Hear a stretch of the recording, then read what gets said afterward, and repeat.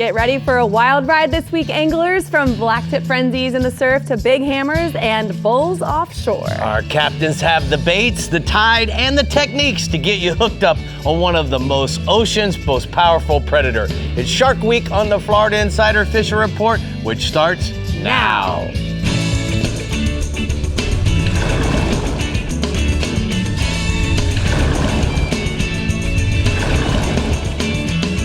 Welcome to the Florida Insider Fishing Report, presented by Yamaha.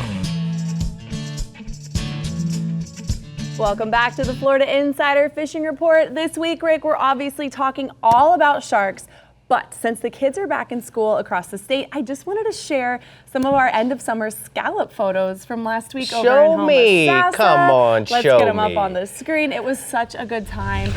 We stayed near Crumps right on the river. It was beautiful. There's Mia and Brody from Ozello Keys Marina. There's Leo. They both dove in like 10 feet of water to get those scallops. Wow. They were a little sparse, but you know, it's okay. It was a challenge. Right. They were there. That's my sister. She caught her first scallop. We brought just a bunch of new people, family, to enjoy the art of scalloping. We did miss you guys though, Well, of course. You know what? Next year we'll just have to make a big deal about it, you know? I'll make a big deal. We went to the spring, went swimming, all that sort of stuff. So it was a blast. All right, Rick. Well, we're saying hi to our friend from Project Smokehouse a little later in the show, but I'm sure our captains have plenty to say about sharks all over Florida, both on how to catch them and maybe how to avoid them too. We'll see. So let's take out a first bite out of the Alto Equipment East region with Captain Mike Holliday, where the shark population is just booming across the reefs of Palm Beach County. Hi, Mike.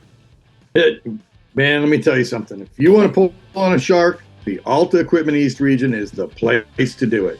If you run offshore in Palm Beach County, shut down in anywhere from 70 to 150 feet of water, you can put out a bait and within 5 minutes, expect a hammerhead, a bull, a dusky, or a sandbar shark to show up and play. The sand pile off Stewart's covered in big bull sharks if you want to go mess with them. If you want to fish from shore, the St. Lucia Beach, Walton Rocks Reef Beach, and also the power plant outflow in St. Lucie County are all great places. And for bait, anything from a chunk of bonita, a jack, a barracuda, a stingray, any of those will bring sharks in. For some reason, the hammerheads, they really like live mullet, as do the blacktip and spinner sharks. Put them out on a wire leader on, a 7.0 to 12.0 4X strong circle hook, and you're going to get bit. And the thing you want to keep in mind, sooner or later, you got to land that shark. So have a plan. Have a D-hooker, because the concept of just reaching over and cutting them with pliers is how you're going to get the nickname Lefty. Average shark in the region, anywhere from 80 to 300 pounds. I got a photo from Captain Chris Britton. He sent me a shot of a blacktip shark. They caught off Bathtub Beach. That fish ate a topwater plug. So they'll eat about anything that's going to make, commotion. The other thing we got going, the dolphin bite is finally starting to materialize around the weed lines in anywhere from 80 to 1,000 feet of water or more. This is a time of year when you want to cover a lot of water, which means either trolling fast or running until you see something that looks good, like a floating board or a weed mat, and then pitching out baits or slow trolling around that area. Keep an eye out for diving frigate birds and also for small haha birds that are traveling south. That usually is a bigger fish. For baits, you can throw ballyhoo, mullet, or squid, but this is a good time to pull a feather and strip combination. Just looking for that bite and then pitching a live bait or chunks of ballyhoo to any of the fish that are traveling with any fish that you hook. And you can also drift with live baits or put up a kite. Average dolphin in my region right now, 8 to 15 pounds. And I have a photo from the Salty Days charter boat out of Port St. Lucie. They got into them pretty good last week in 650 feet of water, just fishing troll ballyhoo. Nice. Yeah, they did. All right, let's go inshore, bub. Yeah, the inlet snook bite's been on fire, particularly around the south side of the Lake Worth Inlet and the north side of Jupiter Inlet. Really, all the inlets are on fire, as are the shorelines inside the inlets and the beaches on either side of the inlets. The Lake Worth and Juneau Piers have fish on them good right now, particularly at night. Hope Sound Wildlife Refuge has a bunch of fish on it. If you're looking for a big fish on a topwater plug, the bends in the river up in the Loxahatchee and St. Lucie River have some nice fish on them as well.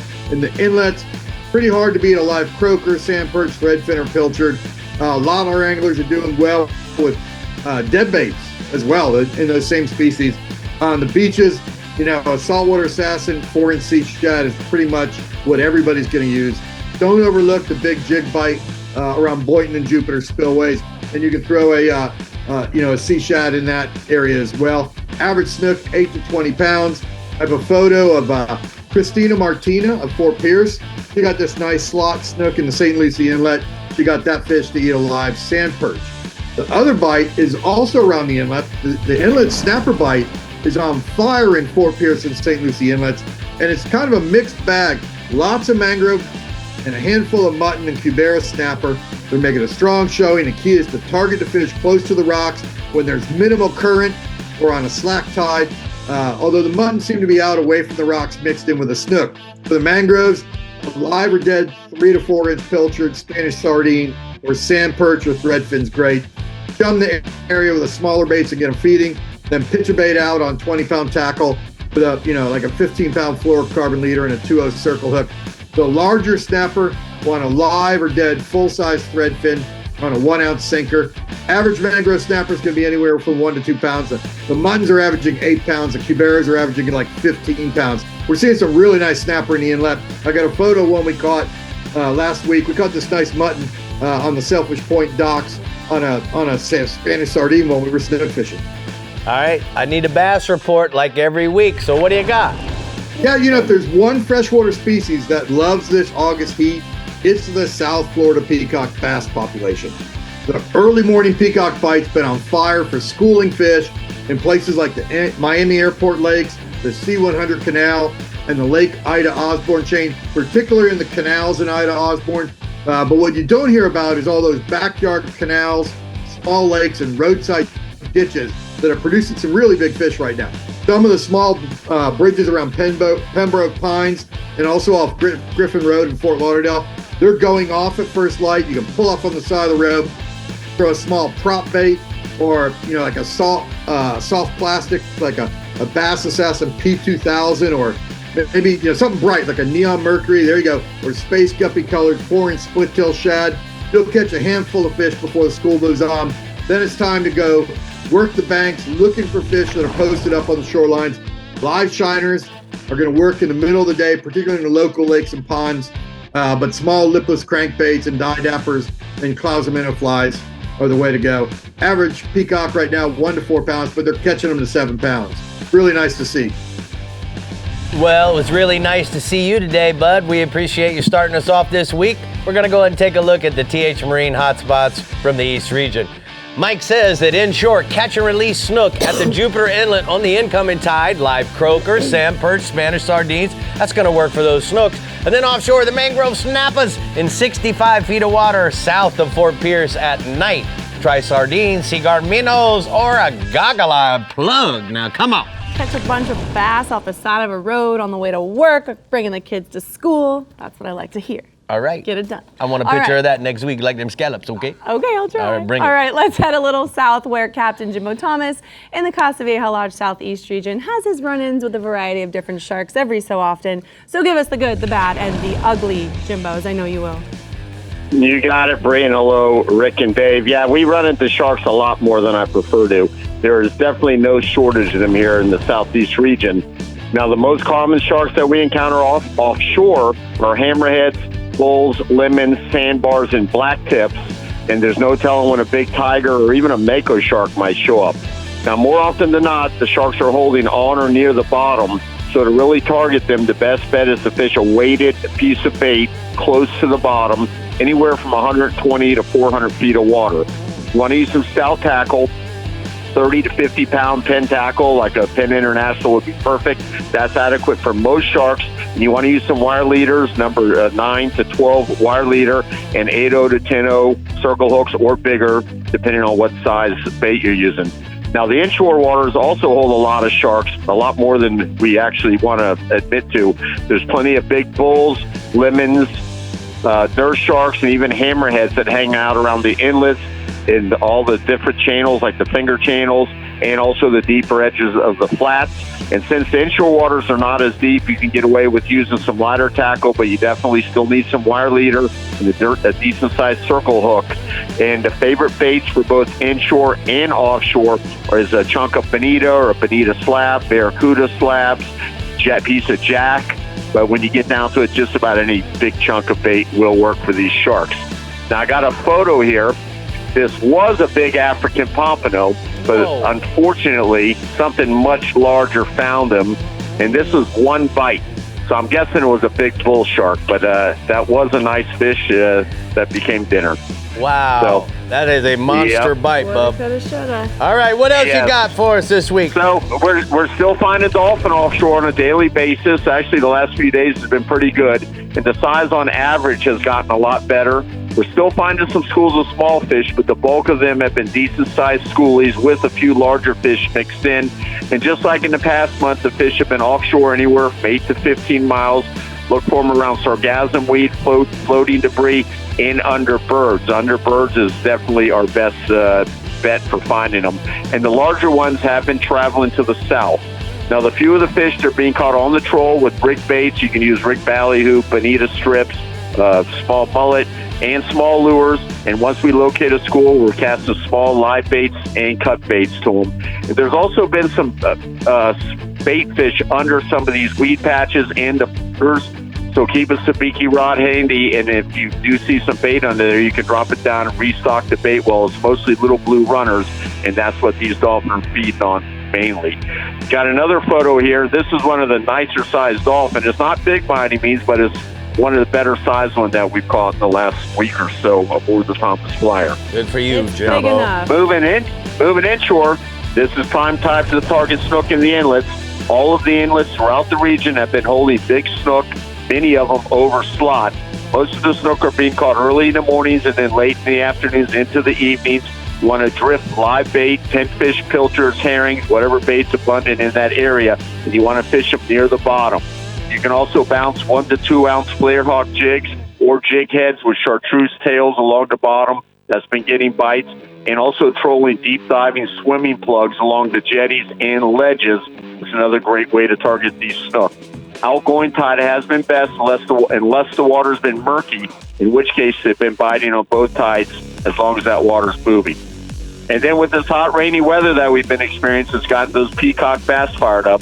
Peacocks are being found in all of the local lakes and canals of Dade and South Broward counties, and they're biting small live baits and small live minnows and shiners, crankbaits and chartreuse, 1/4 ounce jigs in dark colors. And if you're looking to catch one on fly tackle, try using a small Clouser minnow fly in red and white or green and white. You look for these peacocks to bite best in the middle of the day in areas with clear water that has current around the spillways, the bridge columns, and any other structure. All right, thank you so much, Jimbo. We're going to go ahead and take a look at the ACR hotspots from the southeast region. Jimbo says that inshore, look for the snook in the inlets and around the jetties using jigs of soft plastics and live baits. And then offshore, hunt for the dolphins at 5 to 15 miles offshore around the patches and sargassum, floating debris, and under the birds. For those big dolphin, he said that wasn't big. That was pretty big. Oh, size king. All right, we're gearing up for a fight at the CCA workbench for rigs and techniques. Rick, you taking over here. What's going on? Listen, you know, Bree, we are going to go to Captain Rick's school about catching sharks. I'm just going to talk to you as well as our viewers, just as if we're out on the boat doing our thing. Hey, that's I'm going a to plus teach you to some me. really cool tricks about how to catch a shark and make him come to you instead of you go to him. Shark Seminar 101 with Rick Murphy, and then we're headed to the land of the giants in the Phillips Southwest region with Captain Ronnie Houston. We'll be right back. The Florida Insider Fishing Report is brought to you by Yamaha. Reliability starts here. Fenwick. Feel everything. ACR. Less search, more rescue. Scientific Anglers. Failure is not an option. Penn. Let the battle begin. Berkeley Pro Spec Chrome. And Daiquiri Deck. Food, drinks, friends. Well, as you can see, I'm here at the CCA workbench by myself, my man Dave. He actually called in sick this week. He's a little under the weather. So you know what? Sharks fishing, something I've been guiding for sharks for decades. And it's certainly one of the favorite things that I like to do. And in the last few years, the shark population has made my job really easy. Great fish to take the kids. But more importantly, one of the things I want to tell you is on those days when you'd normally think about going home because it's going to blow too hard, those are the best days to go shark fishing. So let's talk a little bit about what we're going to need. We're going to start off with a medium heavy spinning rod or a conventional rod, whatever fits your fancy. We're going to use a circle hook, of course, with a piece of wire. I loaded this up with some Pro Spec 30-pound chrome, and this is going to work perfectly for my bait. Now, guys, I'm not just talking to the bait fishermen this week. We're going to talk about the same technique that I'm going to teach you here at the workbench. We are going to also apply to guys that want to use flies. You need to know one thing about fly fishing. You need an orange fly just like this one. That's all you need to eat orange flies. Isn't it ironic that the Coast Guard puts us in orange life jackets so there's really no survivors in a crash? But nevertheless, we won't get into that too much. So first off, we're going to start off with a bait. So you got to have something to chum the fish in. So I got barracuda is certainly the best one. I got this small barracuda. I want to show you how we're going to do this.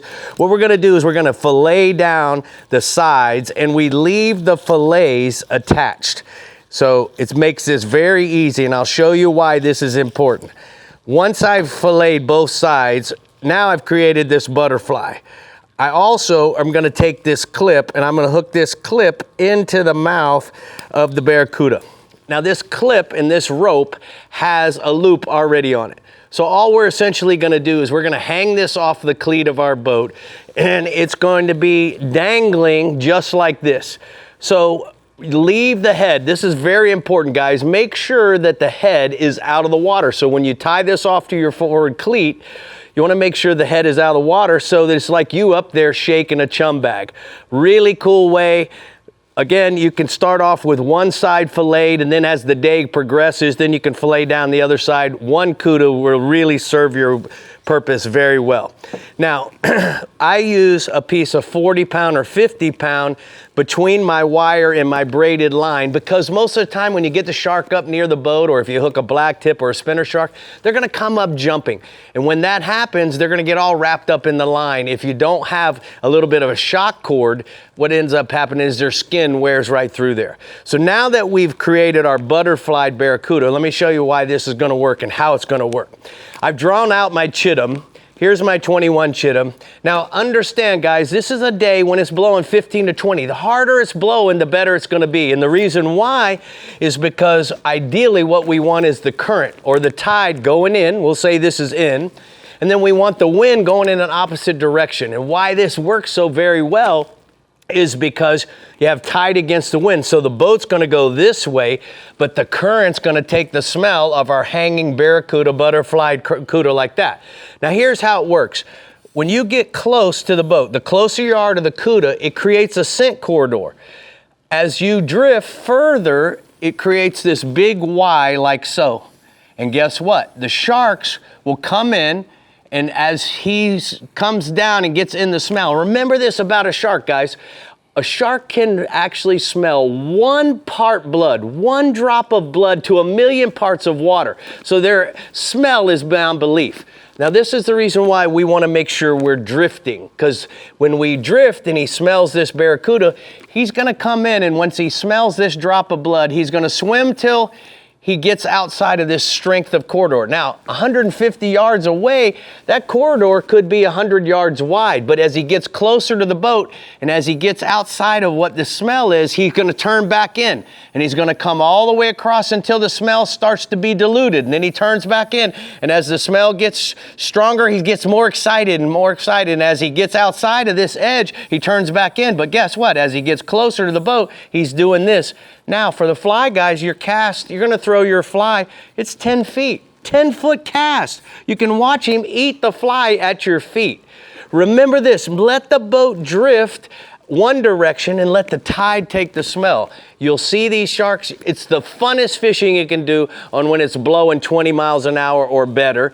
And you're going to really say, you know what, Captain Rick, this is so spot on. Now, if the tide and the current are going the same, it doesn't work as well because what ends up happening is your smell stays right around the boat here. And so it's not creating this corridor. So at that stake, what I usually tell everybody to do, if the tide and the wind are together, just stake out the boat and allow the wind and the tide to create even more of a current. But they're not going to be quite as hot. Remember this about a shark? The first time he comes in, he's going to come in real hot. A lot of times they'll eat the cuda right off the bow of the boat. The second time he comes in, he's going to be half as aggressive. And the third time, you might see him out here, and until his buddy shows up, he's going to know the bag's up. So keep that in mind. Don't let that discourage you. Anytime you're fishing with a bait, just drag the bait, because when you're drifting, he thinks that it's a wounded animal because it's swimming away from him. It's not swimming away from him. You're just drifting away from him. That's Shark 101. I hope that helps you catch one. And you know what, Bree, what do you think? I'm over here eating my Project Turkey Jerky like popcorn. I can't. That was wonderful, Rick. All right. Who knew you could talk for 5 minutes all by yourself? All by my sweet I can't self. believe it. All right, the Phillips Southwest region Give me is some of that. definitely Damn it. no stranger to a shark or two. So let's hear how Captain Ronnie Houston is finding them. Go for it, Ronnie. Well, you know, in the Phillips Southwest region, sharks can be caught throughout the whole Southwest region. And believe me, nowadays, both inshore and offshore, there is no shortage. I've also seen a big increase both on the offshore and inshore side, where I thought inshore was really getting populated with them, but the more I go offshore, just about the same. Now, offshore, you can find the sharks basically around structure, wrecks, artificial reefs, and at times following big space schools. But then also, whatever time of the year it is, they're going to follow the migration of fish on the offshore side. Now, on the inshore, you can concentrate on points, passes, but I'll tell you what, on low water, the flats is probably the easiest way to find them, and you're going to find them cruising.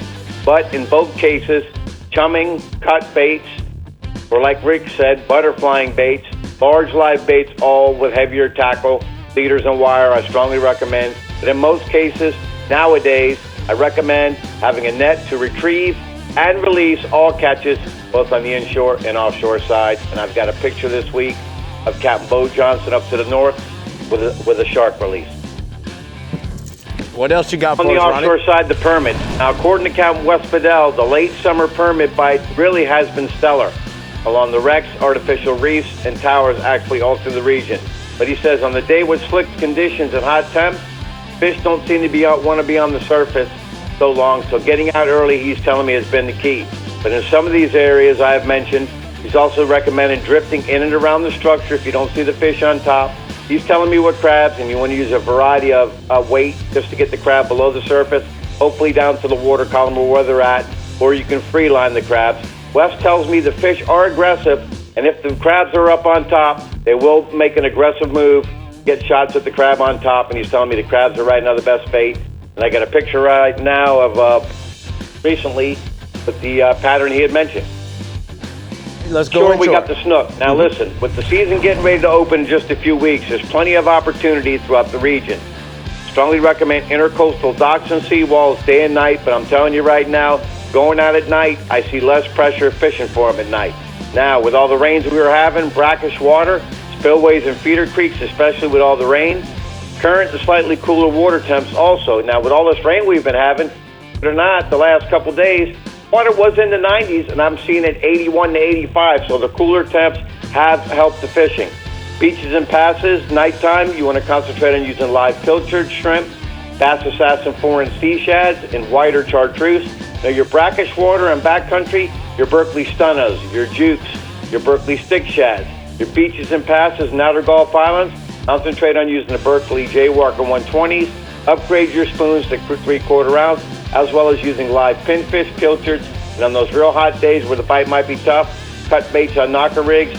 And I got a picture of a recent snook release of a slot-sized snook in the last couple of days while fishing with me. The last species is going to be the redfish. Now, right now, there's opportunities throughout the whole region, and I believe the rain has really improved things, especially changing the salinity and the water clarity. So up to the north, the fish aren't as spooky. Pine Island Sound, fish from Pine Island Marina towards York Key. You want to concentrate on the higher water along the mangrove shoreline. On the middle of the region, Estero Bay, low water along channel edges, and independent islands. Particularly look for areas of roaming mullet or fry bait. Now to the south, Boone Key all the way down to the Everglades. Guys, you want to concentrate on those mid-tides before the tides flood and after as the tide starts falling.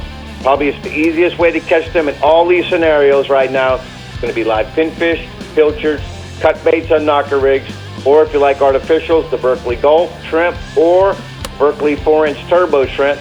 You can also use 1/4 ounce to 1/2 ounce gold spoons, along with Berkeley jaywalkers. I got a picture of a nice redfish release recently while fishing with Captain Chris McCubbin out of Naples. So guys, there's plenty of opportunity right now, inshore and offshore. Weather's looking nice.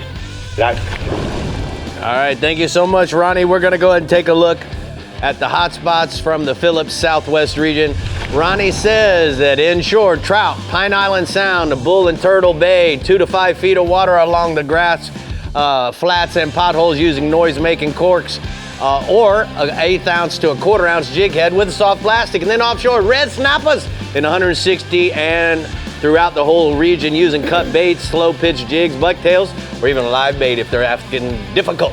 Well, Rick, as you alluded to, sharks can be fun to catch, but they've been kind of a nuisance for anglers. The Shark Act is in the works and will help determine how to manage this situation in the future. But if you catch a shark this summer, enter it in the Power Pole Conservation Division, or youth can enter them in the Guy Harvey Foundation Youth Scholarship Division to win some great prizes and scholarships. If they have teeth, avoid landing it or handle with care. It's best to take a picture with it in the water with the star identifier and then cut it loose. There is $500,000 in prizes and scholarships available just for catching any fish this summer. The CCA Florida Star Competition presented by Yamaha doesn't end until September 1st at sunset, so you still have time to register and enter your catches at ccaflstar.com. Just Come on, do it. guys, If you're just fishing, do it. just do it. All right, we're jumping over to the Northeast region when we come back, but first we're throwing out some chum over in the Startron Central West region with Captain Jeff Page and snacking with our friend from Project Smokehouse. So come back hungry and ready to reel. The Florida Insider Fishing Report is brought to you by Power Pole, Total Boat Control, Berkeley, Your Fish, Our Science, Bahio, Blue Light Blocking, Radically Clear Polarized Fishing Sunglasses, Guy Harvey, every purchase helps support the health of our oceans and marine life. Penn, let the battle begin. Kubota, together we do more. And Heroes on the Water, paddle, fish, heal. Well, as you can see, joining me now is Sam Stoner from the Prostick Family Smokehouse. You know, Sam, 50 years to be in business is quite a feat. Prostick's makes the best jerky and has the best cookies and meats of any place that I've ever shopped before. So why don't we tell everybody about the 50 years of success? Absolutely, Rick. And I just want to say thank you for having us on and thank you for your hospitality. Oh, my pleasure. Having us down here in Florida. But I will say back in 1974, Mike and Betty Jo Prostick started up Prostick's Family Smokehouse. And following that time in the past 50 years, we've grown our brand from just a little small store in Hillgee, Texas, to now going coast to coast with our products. And that's why we're here to talk about our fans. You know, let's start talking about sausage first, a recipe that's been around since the very beginning. Absolutely, and that's one thing that we pride ourselves on is the quality of our products, not just because it's free of artificial colors or fillers, but also because we're keeping that same traditional recipe that Mike Prostick brought into Hillgee, Texas back in '74. All right, so the summer sausage, a great tool for the boat. Absolutely, it's the best snack I would say on a boat. That and including our whole muscle sliced products like pork tender or turkey tender. I'll tell you what, we're talking about Shark Week today. Right. That's a great snack to have whenever you're reeling in that big shark off the boat. Now, I know jerkies are tremendously popular. You guys really have a lot of choices in jerky. Give me a few flavors and what it's made out of. Yeah, absolutely. That's one thing we pride ourselves on is the variety we have. You know, on jerky, we're talking beef, turkey, bison, and venison. And then when we go on to the sticks, you can have yourself some regular beef sticks that are just regular flavoring, or you can even have yourself some bison sticks with jalapeno and cheese. So, you know, when I order, I usually order with a big box. So do we have gift boxes put together, Sam? Yeah, absolutely. We have gift boxes that are lined up for all of our customers if they want a pre-selected variety of our favorites.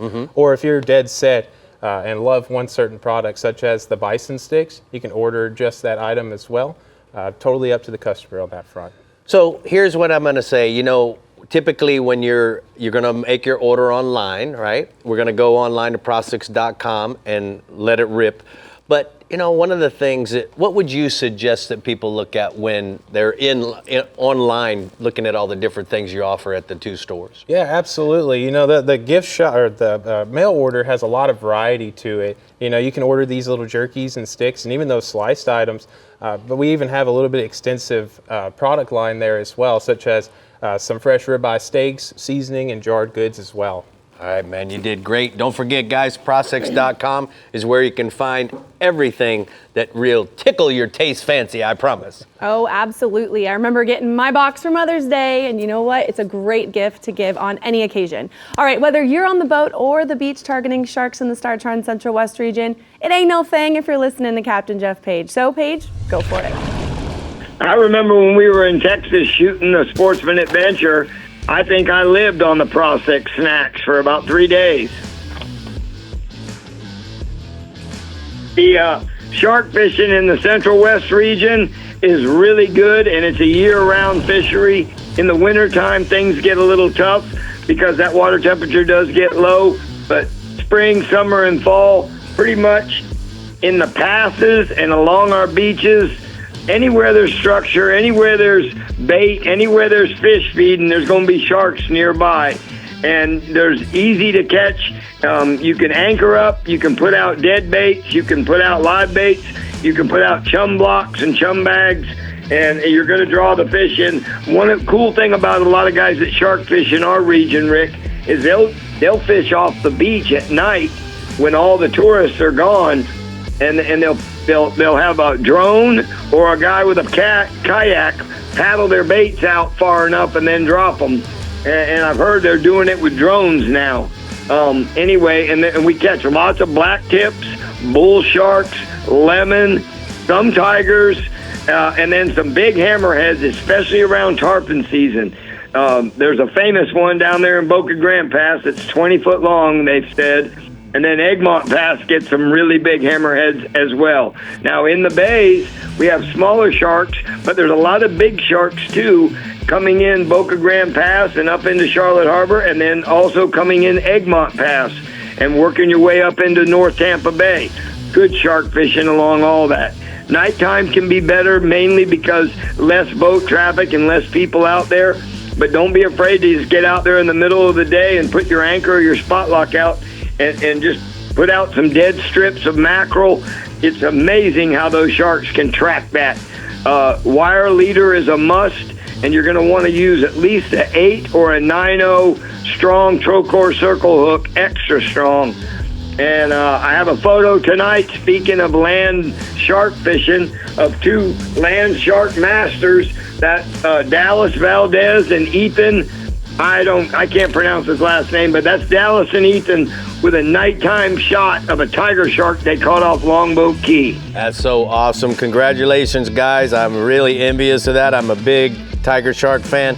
What else you got for us, Cap, offshore? Permit.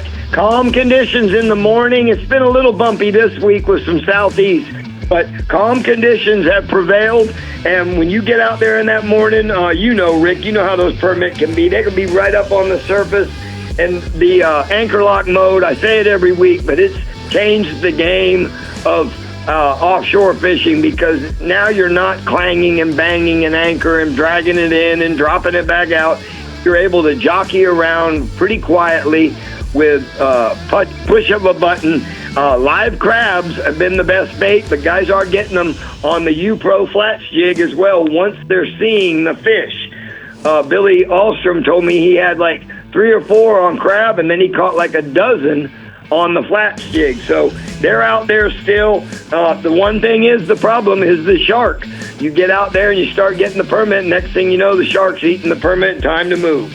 Moving inshore, oh no, my picture tonight is a happy client with a nice permit he caught with Captain Brian Marcy, Breakwater Charters.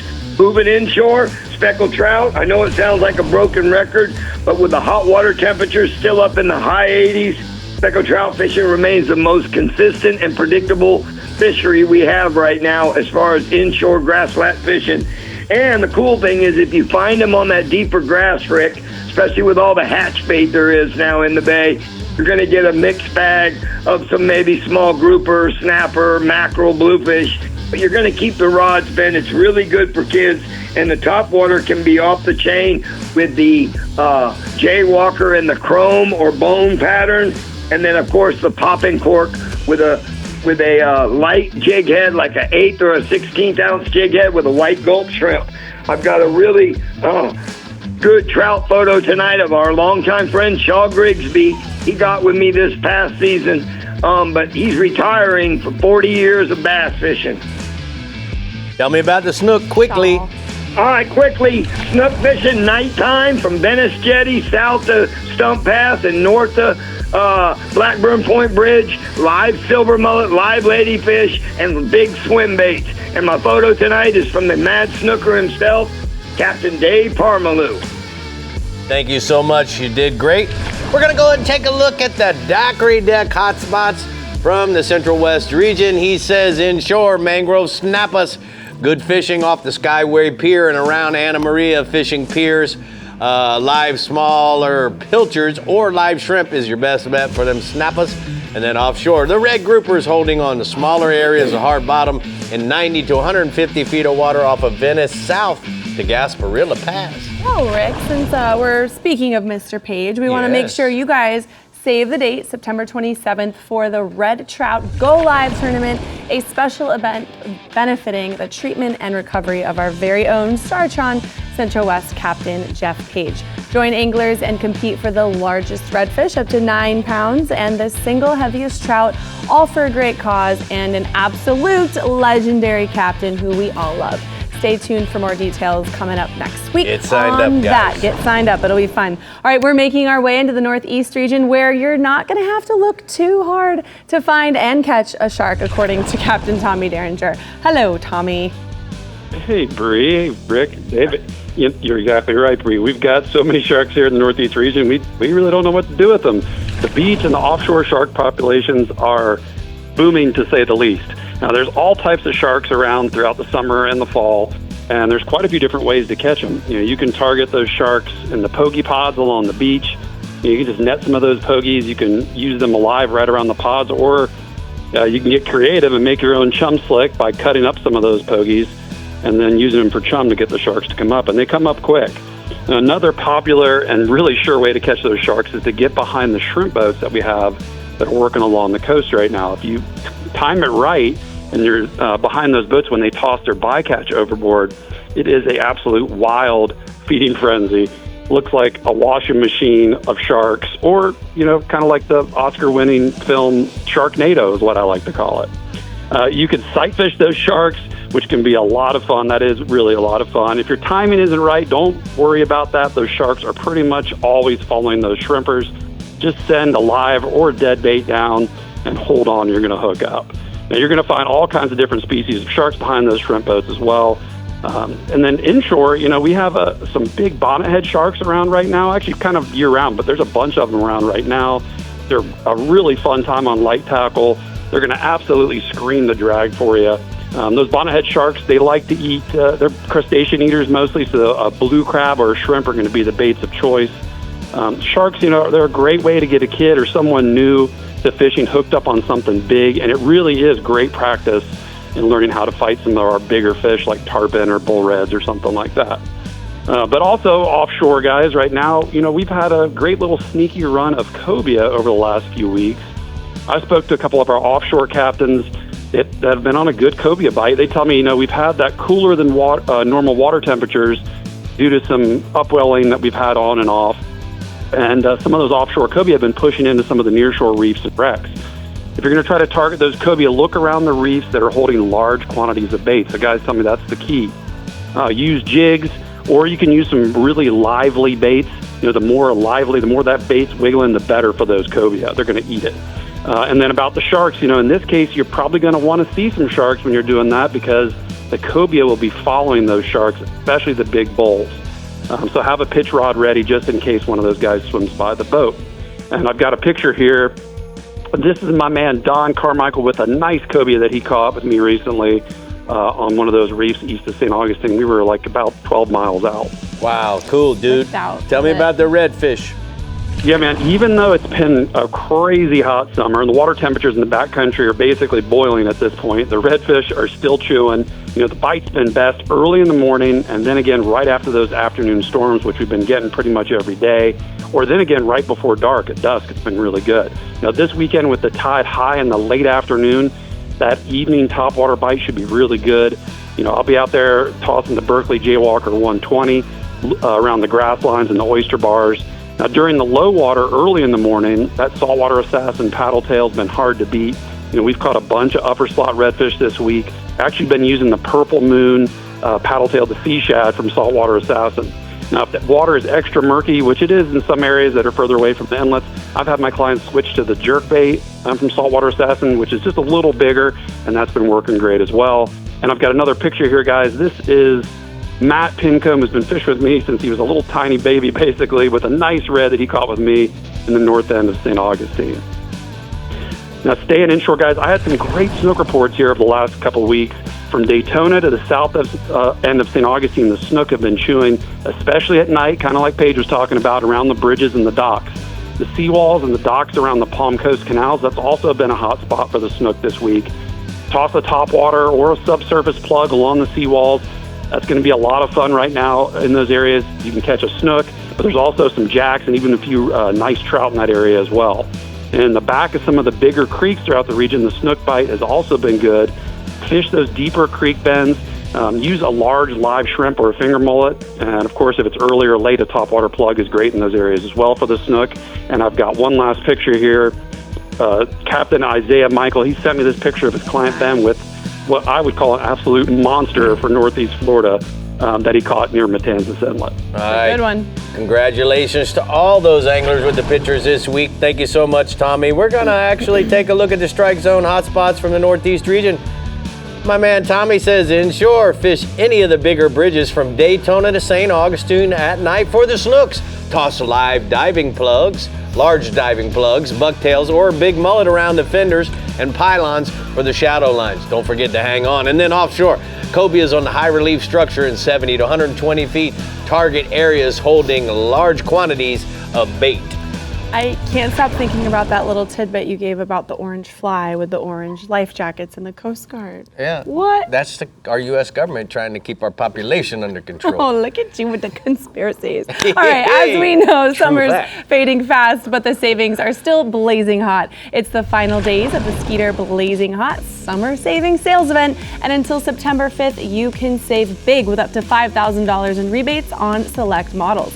Get the Skeeter boat you've been dreaming about across the popular bass, saltwater, and deep V lines. So visit your authorized Skeeter dealer today or go to skeeterboats.com for more details. All right, we're taking a break from the reports to do a little shopping with yours truly at the CCA Workbench for Taco Marine new products coming right up. And then we're casting into the Central East region where Captain Jim Ross is sharing his shark catching secrets. So hang in there and we'll be right back.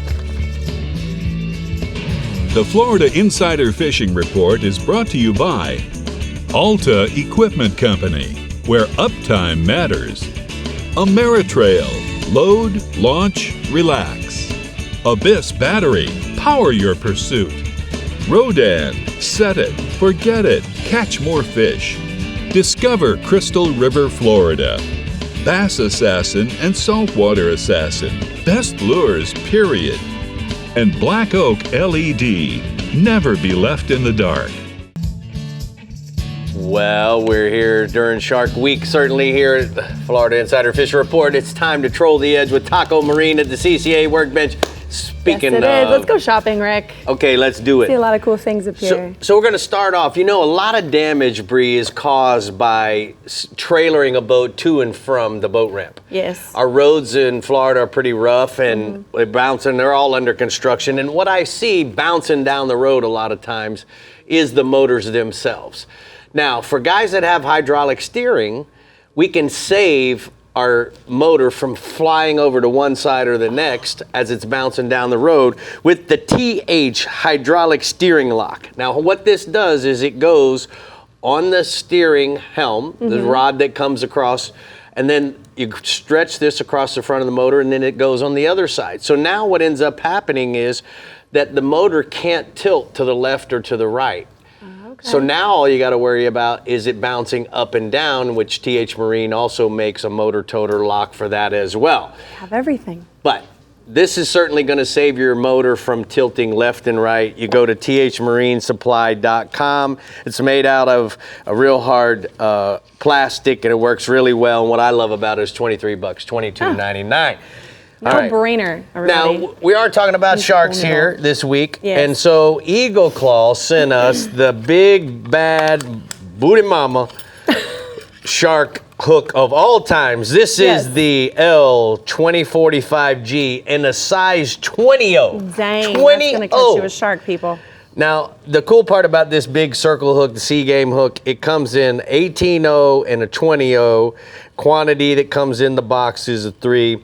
What I love about it is it's American made right here in Denver, Colorado, and they've been in business for over 100 years. They've been making hooks for us to go catch That says a lot, doesn't fish it? and freshwater. Way to go. Go to eagleclaw.com. Works really well for the big marlins. You don't certainly need a 20-0, but they've got a lot of great selection in circle hooks, and it works very, very well. So what do you got on your side of the bench? Well, speaking of sharks, in our CCA star read we just had a few minutes ago, they mentioned a de-hooker. So this is the Angler Co. Classic de-hooker, stainless steel made from solid 304 stainless steel machine, polished to resist corrosion. Obviously, even in salt water. Love it. Durability, precision, safety, save your hands, save the fish. It's a win-win. There you go. You can Stick tell, it down boy, on in there. Bree, you can really tell how high quality this product really is. Yes. I love that it has the notching here so that it's A not grip. slippery when my hands are wet. Exactly. It's available in 2 sizes, 8.5 and a 13.5. And it even says squeeze me on the box. So that's how much they want you to feel that grip and feel the ease of the de-hooking process. And that's why you wanted to talk about this product, I because did. It says squeeze you want me. to squeeze ya. Just kidding. Go to anglercofishing.com to get that de-hooker. Next. All We right. have these beautiful bahillos. Come on, baby, show me. They are the Pilas, which are the green-blue sky gloss. They're a new frame color. I love the So color. these are an extra large fit, medium wrap. I'm more of like a smaller fit kind of gal, but they wrap around my face pretty decent. What do we think? What do we think? I'm saying that you rock that, but you know what? I think our producer has dibs on those already. Oh no, You know what I mean? she deserves a pair. But lapis blue light blocking technology, 90% yellow light, 95% blue light, all that good stuff Bahio is known for. The double barrel hinges. These nose pieces so it doesn't slip down when you sweat. Try them on. As well as here. Yes. They're not going to slide off of our side pieces as well. I Correct. don't know they about look good the on dude. you too. No, never mind. I don't know about They're more this. of a girl type of thing. I look like a bald JFK. Well, you got to take your hat off for us to get the full picture on that one. Okay. But yeah, go to BahioSunglasses.com to check out all their beautiful new frames. The best warranty in the business, guaranteed by Rick Murphy and Scott Martin, I promise. Absolutely. Well, that was a great new product. Let's handshake Good job it. there, Handshake girlfriend. deal. Thanks. All right, well, it's time to get ready for Yamaha's Golden Opportunity Finance Offer from now until September 30th, 2025. Purchase a new eligible Yamaha V6 4.2 liter, 225, 250, or 300 to get rates as low as 0% for 12 months, then 15.99% to 20.99% APR thereafter when purchased on a Yamaha credit card. Visit YamahaOutboards.com for complete details. We just continued the shopping and the savings over here at the CCA Workbench. The Central East region definitely has a shark reputation to protect. So from the jaws of Captain Jim Ross, here's your weekend report. Tell us why sharks are so popular in your region, Jim. Hello. Well, I tell you, we have the shark bite capital of the world in my region, New Smyrna Beach. And I mean, what more do I have to say? If you want to catch a shark, come on and get you one here in the Central East region. The Space Coast waters have got them in abundance. So it's not a hard problem, or it's not a hard problem to have, I guess, if you're the shark bite capital of the world, to get out there and catch a bunch of fish. In fact, there's a lot of charter boats right now out of Canaveral and Ponce Inlet as well that specialize in fishing for these apex predators. And I want to wish a happy birthday week to Captain Adam Sater, also known as the Shark Sheriff, and he runs a boat out of Port Canaveral called the Sea Sharker. He's had some really impressive catches lately with some lemons and bulls and tigers. Some of these are going into the 10 and 11 foot range. Adam says that he likes to use cut bonito or some other kind of bloody fish like that. You know, ladyfish works really well too, bonita, because the sharks often respond to that, and as well as the bonita also make good chum when you throw that out in the water because they're just such an oily, bloody fish. So chumming really helps him get his anglers hooked up. Most of our sharks right now are in that 3 to 5 foot range, with a couple running into the 7 foot range. And they're going to be fine tooth, black tip, black nose, spinners, sharp nose. There's a few other kinds as well, but that's what we get here on the Central East Region beaches and coastal waters. And I've got a little picture of an average size fine tooth right here, boat side. That's about what you're looking at. A little, 4.5 foot shark. You're going to use some 30 to 50 pound gear for the most part on most of these fish. Now, the other species that we've got is king mackerel, and they basically are the top offshore species all summer long. That's what you guys and gals can expect to fish for when you're getting out there. But they've kind of finished spawning on the beaches. So we talked about how they had come into the beaches on the last couple of shows because of that moon that they wanted to spawn on. Now they're moving back out to the 60 to 120 foot reefs. You want to slow troll it with a frozen or a live type of a bait. A frozen cigar minnow works just fine. Live menhaden are abundant and are working really well right now as well. The wire stinger rigs consisting of 2 number 4 or 2 number 2 treble hooks seems to be a really good rig, and it's going to keep that bait fish looking lively without putting too much hook in him to kill him. And the one thing that most of the guys here in the Central East region, we get on a school of bait, we get on a school of fish, and we make a right-hand turn, and we just keep going in a circle and coming back across that school of fish. And what that does is if you can keep the school of fish inside of the circle of your boat, it keeps your baits inside of the circle a little more, and it keeps them in the strike zone longer, obviously increasing your strikes and your number of fish caught. Now, our average kingfish is running 7 to 15 pounds right now, and there's a couple larger fish that are possible. Got a nice little picture here of an average king mackerel that you can expect to catch if you get out this weekend on 8A or Pelican Flats or one of the other reefs.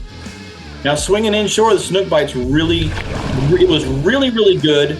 It's kind of slacked off after this full moon at all of the inlets. A lot of those fish have left the inlets and they've moved off somewhere. Now, we're looking for them to come back any day now, but it's kind of interesting that they were there, and they were there in solid numbers for the past couple of weeks, and all of a sudden it's gotten a little scarce.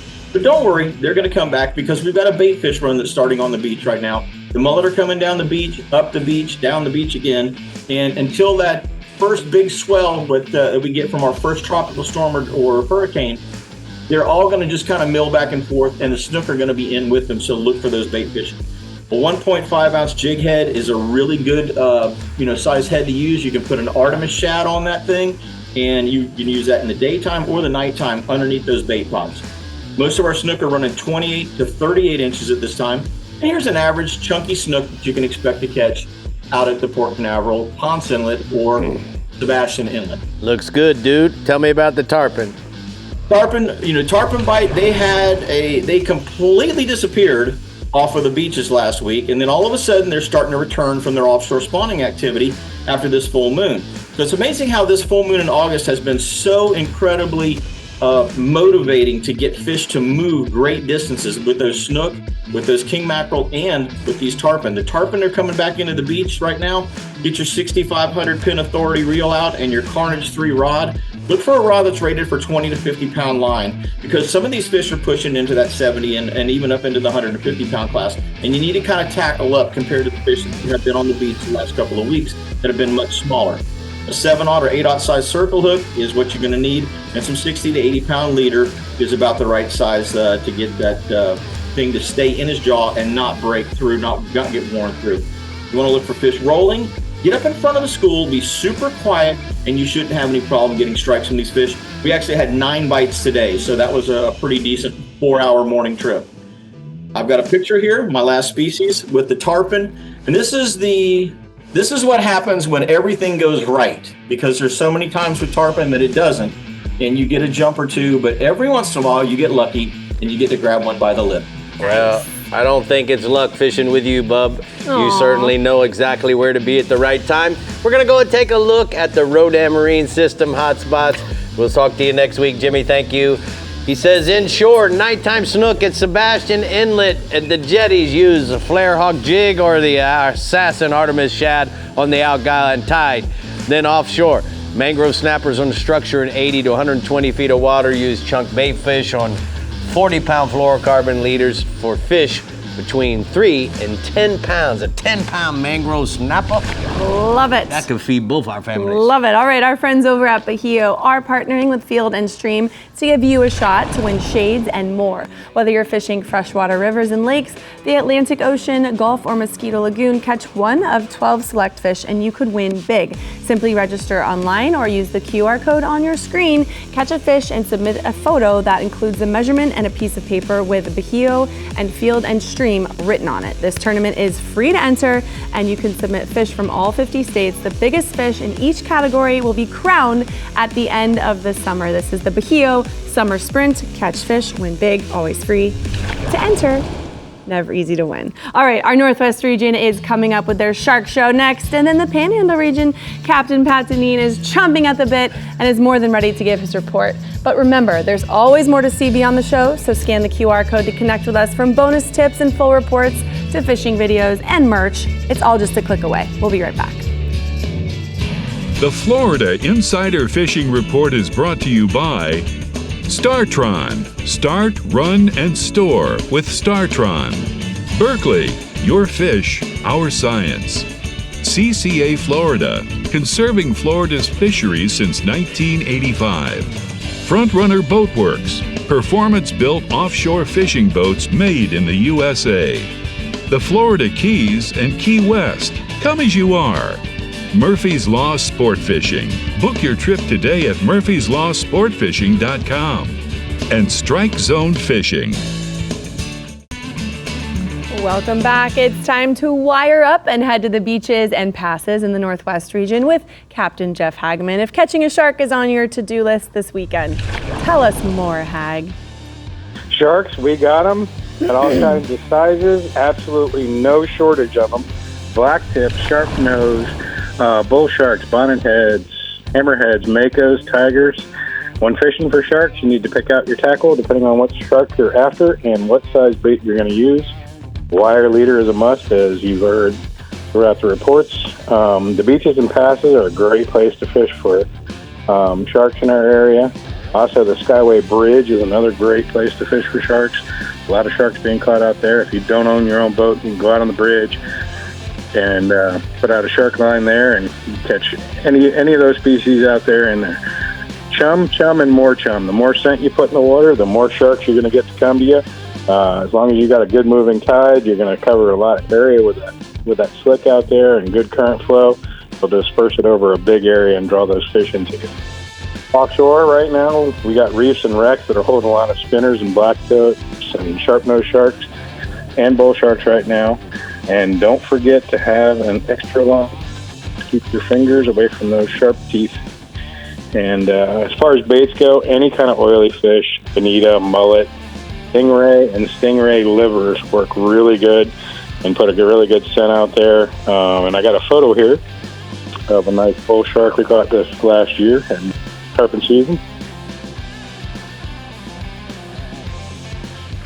Moving off, staying offshore, Captain Rob Davenport of Big Nasty Charters out of St. Pete reports a good scamp bite right now. It's been good in anywhere from 175 to 250 feet of water. With water temperatures remaining warm, you need to get out there earlier in the morning or late evening. 60-pound fluorocarbon leader, 8 ounces of lead, 6/0 Procar circle hook has been working well. Redfin herring and squid is Captain Rob's suggestion. Moving on inshore, the snook bite remains strong in the lower half of the region, with reports coming in from Tampa Bay to Crystal River. And Tampa Bay, look for fish around mangrove points with good current flow. In St. Pete and Anclote Island, you want to look for fish around the beaches and passes and jetties and around the docks. From Hudson to the Crystal River, you want to look at those outer barrier islands right now.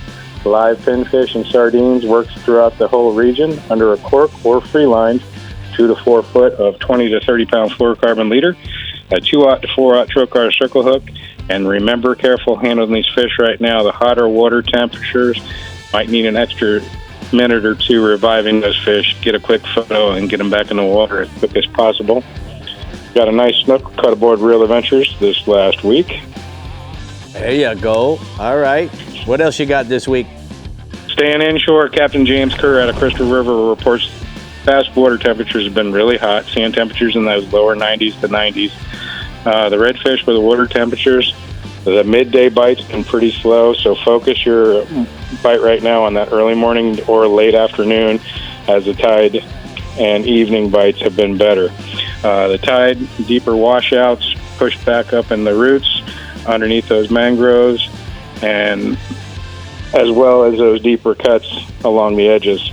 Water temperature is the difference, so make your focus on both of those right now. Going down to Tarpon Springs, Captain Corey Parma of Light Tackle Sport Fishing out of Tarpon Springs report his redfish bite is staying pretty consistent on that falling outgoing water right now. Near oyster bars, points, and most of the fish in his area ranging anywhere from 26 to 20 inches, and occasional snook mixed in. Belly hook thread greenback on or cut bait on a 2-aught trocar circle hook, free lined or with a small split shot. And I got a couple photos, one from Corey Palmer of a nice Tarpon Springs redfish, and another from Captain James Kerr with a beautiful Crystal River red. Nice. Perfect. Well, thank you so much for all the pictures this week, Cap. We missed talking to you. I might call you on my way home from the studio. All right, man, we'll talk to you soon. Discover Crystal River hotspots from the Northwest region. Jeff says that inshore, snook along the beaches and in the passes use sardines and pinfish for bait. And then offshore, the red grouper in 70-plus feet of water over the ledges, rock piles, and live rock use the pinfish for bait to catch those red groupers. Well, like the other regions have said, the Panhandle region has their fair share of sharks for sure. But when it comes to a hooked fish, they're definitely not sharing, are they, Pat? No, I tell you what, Bree, we have we have an abundance of sharks. They're super common in the Panhandle waters year round. We have all flavors from big sharks to small ones.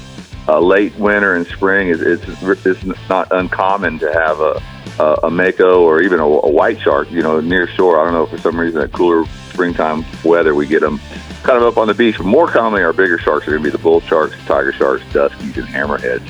And our smaller common sharks are black tips, American sharp-nosed, bonnet heads, and spinner sharks. But either big or small, we have plenty of them. And some places it's hard to catch a snapper, a grouper, or an amberjack because the sharks have figured out a hooked fish is an easy meal, and they'll take what you hook. The bonitas, stingrays, and cow-nose sharks are all great baits for the bigger sharks. Ladyfish, cigar minnow, strip baits, and larger chunk baits are all great baits for the small coastal sharks. And there's a photo of probably the smallest shark in this tonight's show, of a small shark that's really common along our beaches. They're fun to sight fish, and sometimes they'll crush the topwater bait. And it's super for the young kids. They love to catch a shark, and these are just the right size for them, where they can touch them and feel them and see what they're all about. So that's some pretty cool stuff. Absolutely. Yeah, Rick, I'm staying offshore. The weather's been a bit breezy this past week, but Gulfside anglers are making the most of it by light tackle trolling for king mackerel, and they're doing real well. And you don't have to go far for it. Generally, just outside the inlets and around the sea buoys and any bait school. The best bait is going to be a slow trolled live cigar minnow or herring on a stinger rig. But a trolling lead or a downrigger bait will sometimes outfish a surface bait 2-to-1. So make sure you have a deep bait as well as some surface bait. And if the bite isn't happening right outside the pass, or the sharks and dolphins are taking too many of your hooked mackerels there, pick up and run further offshore to some structure in 60 to 90 feet of water. The more bait on or around the structure, the better. So find the food, and chances are you're going to find the mackerels. A good chance you're going to catch some bonitas, possibly some bigger Spanish mackerel, and a few sailfish have been showing up in the mix as well while you're fishing for those king mackerels. So that's been pretty consistent and steady. Moving inshore, but sticking with the mackerel theme, it seems like the Spanish mackerel has been one of the primarily targeted fish in our bay systems. Like the king mackerels, find the bait and you're going to find the Spanish mac. Herrings and pilchards have been pretty thick in the bays, and along the edges of the flats holding these baits are where the Spanish mackerel are hanging out. But unlike springtime, when you can find the Spanish in some big schools and you see them flipping, or you find the birds dipping on them, these mackerel are seem like solitary. So the best way to find them is to anchor up on the points or on the roll downs and chum with some live baits to bring the Spanish to you. Rig your baits on a 40 to 50 pound fluorocarbon leader, nose hook them or belly hook them on a long shank circle hook or long shank single hook. Some guys like to fish them under a small float, and Captain Wes Rozier over in Pensacola, he doesn't like to use the baits. He likes to topwater fish them with like a lure, a prop lure, like a devil's horse. The base Spanish are running up to around 5 pounds, but more commonly 2 to 3 pounds is what you're going to find. Ladyfish, bluefish, and some speckled trout are common bycatch when you're Spanish mackerel fishing, especially when you're chumming for them. And then finally, like last week, the mangrove snapper fishing in the bay has been the go-to for many of the inshore guides. So the same baits as for the Spanish work for the mangroves, those small pilchards and herrings, but also you could add small pogies, live shrimp, and small pilchards to the mix for mangrove snapper baits. The mangroves are hanging around some structure primarily near the inlet, but also deeper structure throughout the bay. Chumming with live or dead baits will definitely get those snappers going. But to catch them good, you have to go with a really light tackle, so 10 to 12 pound leaders, small leads, pinch leads or no lead, and a small light wire circle hook. And you want to look for a little bit of moving water is best. And the bay mangroves are smaller, typically 1 maybe to 2 pounds. All right, Pat Tar, thank you so much. Great report. We're going to take a look at the heroes on the water hotspots from the Panhandle region. Pat says that inshore, the big speckled trout are under the lights in Chakawaki Bay. Free line live pilchards, spot minnows or croakers on a 12 to 15 pound test leader, and match the hook with the size of the baits that you're fishing. Offshore, all the sharks you want. On pretty much any of the near shore barges and wrecks, use whole bonitas for the bigger ones. Can you imagine using a whole bonita for a little shark bite? No, thank you. That's a big one. I'm good. Yes, All right, ma'am. if you're cruising around Florida, do it with a cause and rock the Conserve Florida's Fisheries license plate. Your $25 goes straight to supporting clean water, restoring habitats, protecting marine life, and teaching folks about our coastal environment. Make sure to get yours now at your local DMV or online at redfishtag.com and join the Redfish Tag family. Yes, please. All right, for our last and final shark destination, we're headed to the Black Oak LED Keys region to see what kind of trouble we can get into with Captain Ridge Murphy. You wouldn't know of any trouble with the Murphys, would you, Rick? We got a lot of trouble. Oh, we got a lot of trouble. But before we go, come get into trouble with us on set and be a part of our live studio audience. We have one more left in the season, so go to our website and sign up. It's for free. We have a lot of fun. That's See right. you there. Come on. The Florida Insider Fishing Report is brought to you by Yamaha. Reliability starts here. Casa Vieja Lodge, 5-star angling in beautiful Guatemala. Fenwick, feel everything. Phillips, building the infrastructure that safeguards our future. Castaway Coffee, one taste and you'll be hooked. Sportsman's Adventures with Captain Rick Murphy, fishing for adventure. Berkeley Pro Spec Chrome. And Taco Marine, master the catch.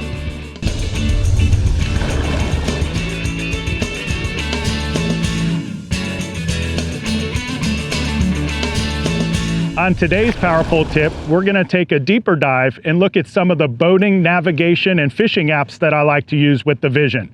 We all love satellite maps, and whether it's Bing, Google Earth, the Salt Strong map, FishBrain, or Savvy Navi, they all look different depending on the area you're fishing, and I like to choose one that's taken at low tide. With our patented Vision Enhance, I can brighten the features and saturation on that map, which shows potholes, troughs, and other areas where the fish are going to lay up better than ever before. Some other apps I like are Windy. I can see the wind direction, how strong the wind's blowing from any direction live out on the water. I can even get radar without installing a full radar system on the boat right here from my Vision screen. To learn more about the PowerPole Vision, go to powerpole.com, and that's your PowerPole tip. At your fingertips, look at that. I love Windy, by the way. I'm Do you? obsessed. I check that like 5 times an hour. Really? I love Windy. Well, Yeah. you're afraid it's going to mess up your I hair don't or know. something? No, I just like it. I don't know why. It's That's cool. a good tip. It is a cool app, and and that's really a cool product. Yeah. What I wonder about that is when he said radar, does it work if you're offshore without a phone signal? So I will That's a have good to ask question. that question. For all We're of going to that. have to find that out for you guys. Exactly. All right. Okay. Well, whereas some think sharks are a nuisance, our Black Oak LED Keys Region Captain Ridge Murphy takes the cup half full as opposed to the half empty approach. Tell us what we can learn from the taxman, Ridge. You know, sharks are everywhere down here in the Black Oak LED region. And here in the Keys, we have an abundance of sharks from the Atlantic to the Gulf and everything in between. Sharks are a good way to teach good mechanics, and it allows your anglers to pull on big fish that pull lots of drag and make big runs. It's also a good way to test tackle, and depending on which part of the region will determine the setup that you will use. On the shallows, use a Fenwick Elite Heavy Fast 7-foot rod with a 6500 or an 8000 Penn spinning reel with 40 to 60 pound leader and a number 8 wire stinger rig. For bait, you're going to use frozen mullet or ballyhoo or ladyfish. And for offshore side of things, you're going to want to use some heavier tackle, a Penn 50 wide with 65 pound braided line on a stand-up or bent butt rod with 250 pound wind-ons and a swivel to a 400 pound cable crimped with a big eagle claw circle hook. Use butterfly, barracudas, or bonitas for bait, and you want to hook them in the nose.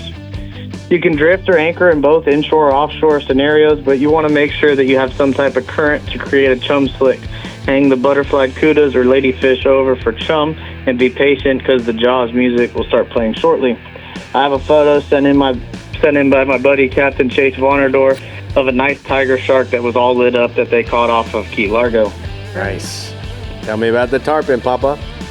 I spoke with Captain Jared Sear, and he says the early morning tarpon bite has been pretty good.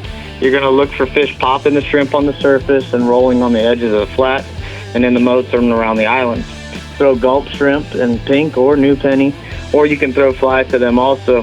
These fish are ranging from 20 to 30 pounds near shore and 30 to 100 pounds on the edges of the banks.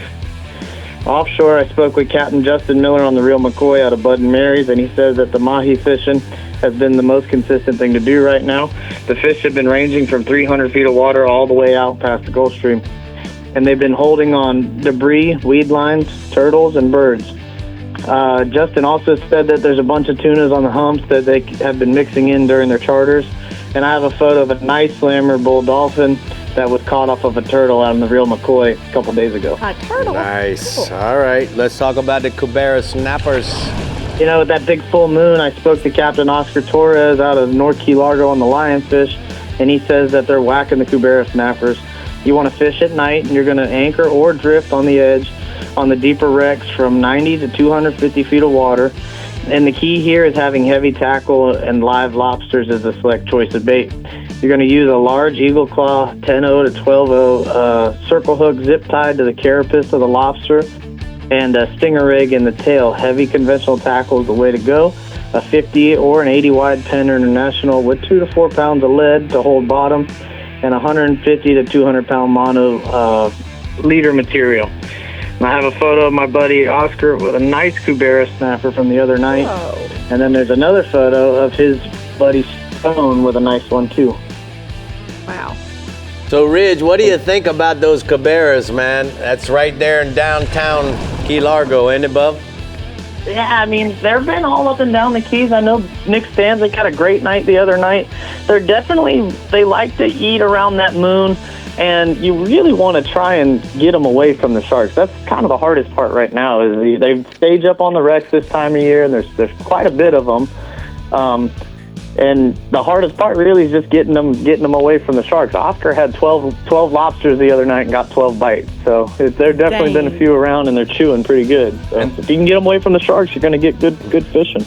All right, Bud, thank you so much. We're going to go ahead and take a look at the scientific angler hotspots from the Florida Keys. He says inshore, the tarpon in the early morning. Look for the shrimp hatches as the fish will be busting on the surface. And then offshore, nighttime Cubera fishing. Use live lobster for bait and heavy tackle for rods of 50 wide with heavy monofilament leader. The reason they don't catch them in June and May is because lobster season isn't open and you don't have the choice of baits Well, there you have it. There you go. You could also catch me with a live lobster too. All right, let's dive on in and see what tournaments are going on in the Florida Keys. First, teams fish around the clock in Key Largo from Friday night, September 26th through Sunday afternoon, September 28th, to win coveted trophies for trout, snook, and redfish in the Take Stock and Children Backcountry Tournament. Then ladies gather in Isla Mirada October 17th and learn fishing skills October 18th during the Ladies Let's Go Fishing University, followed by the Fishing Fever Tournament on October 20th. Next, the 12th annual Catch and Release Sugarloaf Showdown with angling teams targeting bonefish, permit, and barracuda in the Lower Keys, sold out in record time after registration opened 2 weeks ago. Tournament organizers say if you didn't make the cut, join the waitlist now, since historically a few teams have to bow out. And finally, anglers compete for prizes and trophies in the annual All Release Tournament, targeting snook, redfish, bonefish, tarpon, and permit. The tournament hosts 2 U.S. military veterans to compete alongside other anglers each year. For more information on Keys tournaments, go to flakeys.com. But Rick, Shark Week has come to a close here on the Florida Insider Fishing Report. But make sure you stay with us because we're telling you about our species next week. So stay with us and we'll be right back. What is it? All right, next week we're talking bait. You need the bait to get the bite, so make sure to tune in. All right, before you hit the water, let's just dive right on in to Seize the Social and see what we found this week, shall we? All right, let's see it. Go.